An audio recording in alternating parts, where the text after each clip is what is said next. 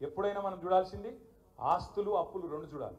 ఆనాడు మీరు అప్పచెప్పినాడు బడ్జెట్ ఎంత, ఈ రోజు ఎంత, ఆ రోజు అప్పు ఎంత, ఈ రోజు ఎంత. సంవత్సరానికి కేసీఆర్ 40,000 కోట్ల అప్పు చేస్తే గిన్ని పనులు చేసిండు. రేవంత్ రెడ్డిని మీరు అడగాలి, ఒక సంవత్సరంలో రేవంత్ రెడ్డి ప్రభుత్వం చేసిన అప్పు ఎంతో ఎరికేనా? 1,40,000 కోట్లు. 1,40,000 కోట్లు కేసీఆర్ ప్రభుత్వం సంవత్సరానికి 40,000 కోట్లు అప్పు చేస్తే ఒక్క సంవత్సరంలో రేవంత్ రెడ్డి ప్రభుత్వం చేసిన అప్పు 1,40,000 కోట్లు. సరే మరి కేసీఆర్ ఏం చేసిండంటే, నేను జగదీశ్వర్ రెడ్డి గారు ఈ వేదిక మీద ఉన్న మత్స్యనాచారి గారు మాకు మైక్ ఇస్తే గంట చెప్తాం ఏం చేసిండు కేసీఆర్. మరి నువ్వు రేవంత్ రెడ్డి నేను అడుగుతున్నా, 1,40,000 కోట్లు అప్పు చేసినావు, ఒక్క కొత్త ఇటుక పెట్టినావా ఎక్కడన్నా?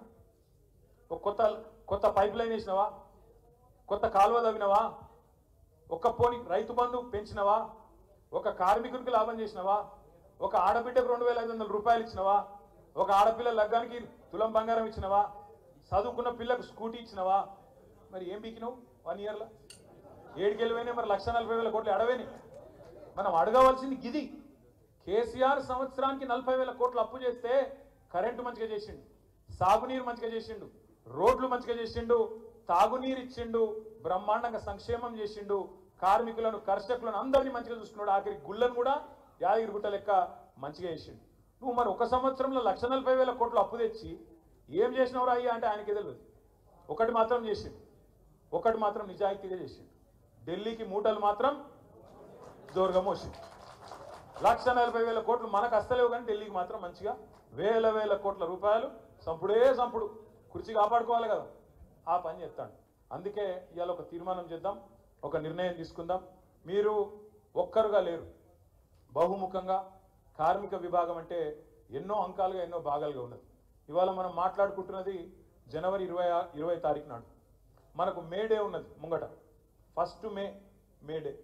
నా రిక్వెస్ట్ రాంబాబు అన్నతో, ముందుగా మనం ఏం చేద్దామంటే, మీరు ఇవాళ క్యాలెండర్ తీస్తున్నారు కానీ ఈ క్యాలెండర్ ఉత్త క్యాలెండర్ తేదీలు చెప్పి తారీఖులు చెప్పే క్యాలెండర్ కావద్దు.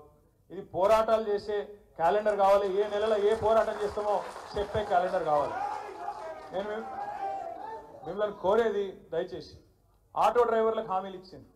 ఏం చెప్పిండ్రు? ఆటో వాళ్ళని కాపాడుకుంటాం, కడుపులో పెట్టుకుంటాం అన్నారు. ఇవాళ ఎక్కడ దాన్నాలో అక్కడ దండిండ్రు. ఇవాళ మొత్తం ఓఆర్ఆర్ అవతల అనే తంతే ఓఆర్ఆర్ అవతల వాడాలన్నట, ఓఆర్ఆర్ లోపల ఉండొద్దట. ఇక మీరు బతకద్దట. 100 మంది వచ్చినా సరే ముఖ్యమంత్రి ఇష్టం ఉన్నట్టు నడవాలన్నట తప్ప ఆటోలకు బతుకు తెరువు లేకుండా చేస్తాను. 12,000 రూపాయలు ఇస్తా అన్నాడు, బోర్డు అన్నాడు, ఇంకేందో అన్నాడు. ఇప్పటివరకు ఏది గతి లేదు. నేను మా రాంబాబు అన్నతో రిక్వెస్ట్ చేసేది, మా బీఆర్టీ రూప్ సింగ్ గారితో మిగతా మిత్రులతో రిక్వెస్ట్ చేసేది ఏంటంటే, దయచేసి మే 1 లోపల 15 రోజులకు ఒక ప్రోగ్రాం తీసుకోండి. 15 రోజులకు ఒక ప్రోగ్రాం, ఆటో డ్రైవర్లు ఒక ప్రోగ్రాం. రెండోది గిగ్ వర్కర్స్ ప్లాట్ఫామ్ వర్కర్స్ అంటారు. అంటే ఏంటిదంటే ఇప్పుడు మీరు ఇళ్లలో కూర్చొని స్విగ్గీ బటన్ వత్తంగానే స్విగ్గీలో ఇవాళ మీ పిల్లలకి ఎరికే ఒక బటన్ వత్తంగానే ఏ కూర కావాలంటే ఆ కూర వస్తుంది. జెప్టో అని కొట్టంగానే వాళ్ళు ఇంటికి వాడు తెచ్చి మీరు కూరగాయలంటే కూరగాయలు, మీరు ఏం మర్చిపోతే అది వెంటనే తెచ్చిస్తాను. జొమాటో, ఇంకేమేం పాడని వస్తుంది నాకు తెలియదు, నా ఫోన్లో లేవు.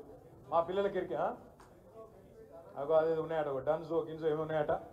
అందులో ఒకరిద్దరు లేరు, నేను చెప్పే చిన్న ముచ్చట కాదు. అందులో ఎంతమంది ఉండరు ఎరికే అసలు పిల్లలు చదువుకున్న వాళ్ళు 4.5 లక్షల మంది ఉన్నారు. ఒక్కడు కాదు, ఇద్దరు కాదు. నేను రిక్వెస్ట్ చేస్తున్నా రాంబాబు అన్నను, మా నగేష్ని కూడా రిక్వెస్ట్ చేస్తున్నా, ఇదే తెలంగాణ భవన్లో. ఎందుకంటే నాకు యాదకుంది, ఎలక్షన్ల ముందు నేను వీళ్ళతో కూర్చున్నా, ఈసారి అధికారంలోకి రాగానే చేద్దాం తమ్మి, వెల్ఫేర్ బోర్డు మనమే పెడదాం గిగ్ వర్కర్స్కు ప్లాట్ఫామ్ వర్కర్స్కి అని నేను చెప్పిన. వాళ్ళు ఏం చేశారు, కాంగ్రెస్ వాళ్ళు మనం చూసి కాపీ కొట్టి రాహుల్ గాంధీని తీసుకొచ్చి ఆయనను కూర్చోబెట్టి ఆయన చుట్టూ వీళ్ళని కూర్చోబెట్టి మేము వస్తూనే ఉన్నాం రాగానే తెల్లారే చేస్తామన్నారు. మరి ఇప్పుడు 1 ఇయర్ అయిపోయా, రాహుల్ గాంధీ లేడు, ఇందిరాగాంధీ లేదు, సోనియా గాంధీ లేదు, ఎవడు పత్తలేడు. అందుకే నేను అనేది, ఆ రాహుల్ గాంధీ గారికి యాద్ చేయాలంటే మనమే ముంగట పడాలి, మనమే గిగ్ వర్కర్స్ను ఇదే భవన్లో మొదలు మీటింగ్ పెట్టాలి. మే 1 లోపల బడ్జెట్ పెట్టేది ఉంటుంది. ఫిబ్రవరి మార్చిలో బడ్జెట్లో పెట్టాలి. ఆటోదైనా గిగ్ వర్కర్స్దైనా ఇద్దరి అంశం కూడా బడ్జెట్లో పెట్టాలి. లేకపోతే కౌన్సిల్లో మత్స్యనాచారి గారి నాయకత్వంలో, శాసనసభలో కేసీఆర్ గారి నాయకత్వంలో అందరం కలిసి కొట్లాడతాం మీకోసం. అట్లాగే బడ్జెట్లో పెట్టడమే కాదు, మే 1 కార్మిక దినోత్సవం వరకు ఖచ్చితంగా అమలు కూడా జరగాలి, మీకు న్యాయం జరగాలి, దానికి తగ్గ విధంగా కార్యాచరణ రూపొందించాలి. నేను మీతో కోరేది ఏంటంటే, 2 తీసుకుందాం. ఎక్కదొక్క తీసుకుంటే కూడా ఇమ్మీడియట్గా పని కాదు. ఆటో డ్రైవర్లకు తీసుకుందాం, ఆటో సంక్షేమ బోర్డు, ఎందుకంటే వాళ్ళు 6-7 లక్షల మంది ఉన్నారు. వాళ్ళు ఒక 6-7 లక్షల మంది ఉన్నారు. అదేవిధంగా గిగ్ వర్కర్స్ కూడా వాళ్ళు 4-5 లక్షల మంది ఉన్నారు. ఈ 2 అంశాలు మే 1 లోపల తీసుకుందాం. ఫిబ్రవరిలో ఏం చేయాలి, మార్చిలో ఏం చేయాలి, ఏప్రిల్లో ఏం చేయాలి మీరు ఆలోచన చేయండి.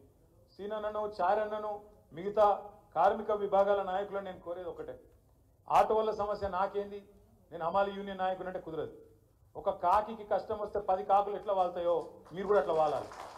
మీది కాకియే, వాళ్ళది కాకియే, మీరు ఒకటే. అంటే ఆ కాకి వేరు, ఈ కాకి వేరు. నేను చెప్పేది అంటే నేనేమంటున్నా అంటే ఒక కాకి బాధపడి కింద పడితే అన్ని కాకులు ఉరికొస్తాయి, 1000 కాకులు ఉరికొచ్చి కావు కావు కావు లొల్లి పెట్టి ఊరంతా చూసేటట్టు చేస్తాయి. గట్లనే ఒక కార్మికుడికి కష్టం వస్తే మిగతా వాళ్ళు ఇళ్ళను కావచ్చు, ఏ బోర్డు కావచ్చు, ఏ సంఘం కావచ్చు, అందరం పోవాలి.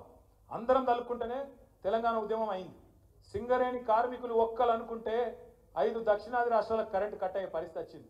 గట్లుంటుంది. మనం గట్టిగా అనుకుంటే, గట్టిగా తగులుకుంటే ముమ్మాటికి లాభం జరుగుతుంది. అందుకే మీతో ప్రార్థన, ఈ 2 సబ్జెక్టులు తీసుకుందాం. కార్మిక దినోత్సవం లోపల అమలు చేయాలని పెడదాం. మీరు జిల్లాల వారీగా తీసుకుంటా అంటే జిల్లాల వారీగా ప్రోగ్రాం తీసుకుందాం.